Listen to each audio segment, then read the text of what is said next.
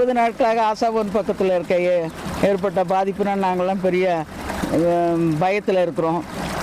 ஒவ்வொரு நாளும் என்ன நடக்குமோ அப்படின்ற ஒரு அச்சத்தில் தான் நாங்கள் தூங்க போகிறோம். இங்கே ஒரு 1000 குடும்பங்கள் இருக்குது.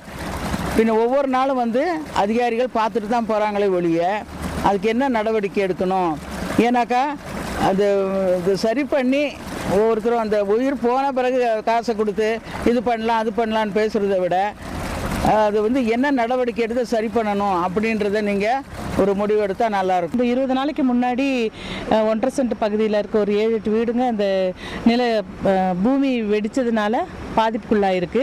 இப்போ பக்கத்தில் இருக்க வயநாட்டிலையும் இந்த மாதிரி சம்பவங்கள் ஏற்படுறது எங்களுக்கு ரொம்ப அதிர்ச்சியாகவும் இருக்குது. உண்மையாக சொல்லப்போனால் எங்களோட பயம் எப்படின்னா, ஒரு நிமிஷம் கூட கண்ணை மூடி தூங்க முடியறதில்ல.